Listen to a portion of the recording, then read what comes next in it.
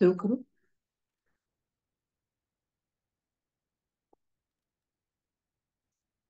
आज आपल्याला खूप खूप छान वाटणार आहे, कारण आपण आज सगळे अगदी कळत न कळत प्रत्येकाच्या मनातली जी नाचण्याची सुप्त इच्छा आहे ना, ती आज आपण पूर्ण करणार आहोत. आणि खरं तर गाण्याच्या तालावर आपल्याला नाचायला खूपच छान वाटतं. आणि तसं नाचत असताना आपली सगळी म्हणजे जवळजवळ 6 इंद्रिय आहेत, ती आपली सगळी एकरूप होत असतात.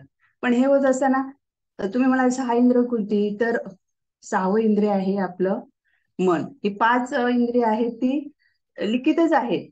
पण एक जे मन आहे 6वं, ते अलिखित आहे. ते म्हणजे असं आपल्याला पुस्तकात मिळत नाही, पण आहे, त्याचं अस्तित्व आहे आपल्याकडे. आणि हे जर आपण ते अलिखित मन आहे त्याला एकाग्र करण्याचा किंवा त्याला त्याच्या सगळ्या गोष्टी मान्य करायच्या, चांगल्या ज्या गोष्टी आहेत त्या त्या मान्य करायचा आपण प्रयत्न करत असतो. आणि हे करत असताना आपल्याला त्या एकाग्रतेसाठी श्वासावर नियंत्रण लागतं. जर आपल्या श्वासावर नियंत्रण असेल, आपण अगदी संथ गतीत ते श्वास घेत असू, तर ते आपलं मन त्या गोष्टीत, त्या कामात किंवा त्या एखाद्या निसर्गाच्या ठिकाणी कधी एकाग्र होतं आपल्याला कळतच नाही. म्हणजे आपण सर्व देहभान, आजूबाजूचा परिसर, इव्हन आपल्या स्वतःचं शरीर सुद्धा, म्हणजे तिथे आपण आहोत हे सुद्धा त्या परिसराच्या किंवा एखाद्या पुस्तक वाचण्याच्या वेळेत किंवा एखादा चित्रपट पाहण्याच्या वेळेत किंवा आता योगा करण्याच्या वेळेत आपण एवढे रममान होऊन जातो की कळत नाही. आणि ह्या आपल्याला आता 2 महिन्यात, म्हणजे गेला महिना आणि ह्या महिन्यात आपण योगा करतोय, ह्यात सुद्धा आपण जो आपला स्वतःसाठी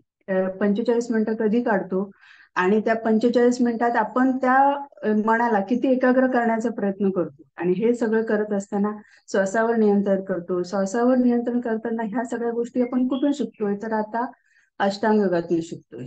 आणि ह्या अष्टांग योगातून आपण शिकत असताना आपण त्या सगळ्याचा अभ्यास करतोच आहोत. ही जशी 6 अंग 8 अंग आहेत आपण पाहिली ती, ते यम नियम धारणा, यम नियम आसन, प्रत्याहार, धारणा, ध्यान, समाधी, ही सगळी आपली बघतोच आहोत. पण त्यातलंच जे आपण आसन हे विषय आहे त्याच्यावर आपण थोडं बोलणार आहोत आणि त्याची थोडी माहिती घेणार आहोत. आणि मी आज एक एक आसन आहे ते कसं आज एक एक आसनाचे प्रकार वगैरे सांगेन. पण ते आसन आहे ते कसं एका आसनाचं मी आज माहिती देईन आणि बाकीची आहेत ना ती मी एक टेक्स्टने टाकेल. तर माझं कसं होतं, आमच्याकडे कोकणात पाऊस खूप आहे, रेंजचा प्रॉब्लेम असतो, नेटचा प्रॉब्लेम असतो, त्यामुळे मी त्या दृष्टीने आज मी बोलतेच.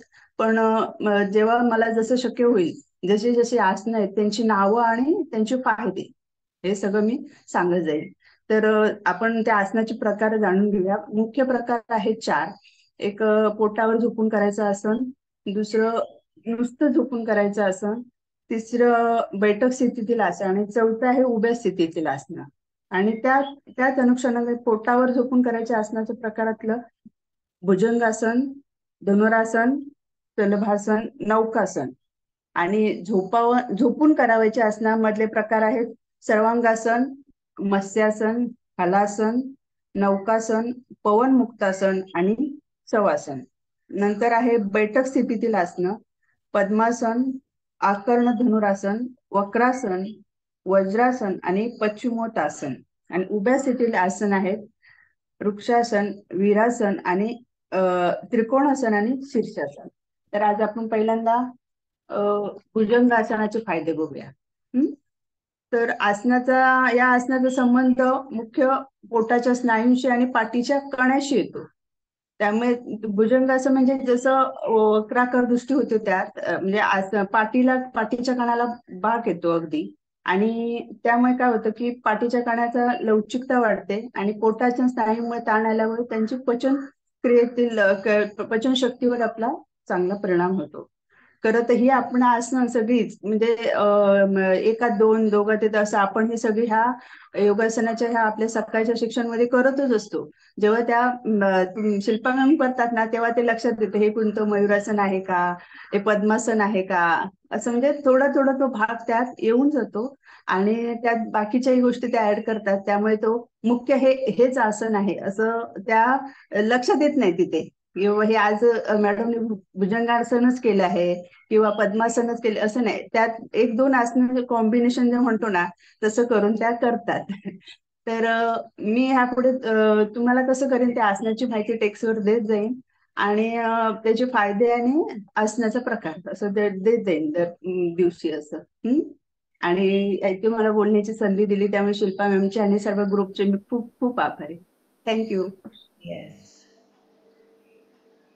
Thank you so much Vishakha ma'am. खूपच छान आणि थोडक्यात इन्फॉर्मेशन दिली. डिफरन्शिएट केलं की आपण कुठले कुठले करतो. आणि आज जसं बोलल्या त्या की मी पर्टिक्युलरली रोज सगळ्या आसनांची नावं आणि त्याचे फायदे सांगत नाही, कारण आपल्याकडे 45 मिनटं असतात. म्हणून मी फक्त प्रॅक्टिकल जास्त घेत असते. Thank you so much. थँक्यू.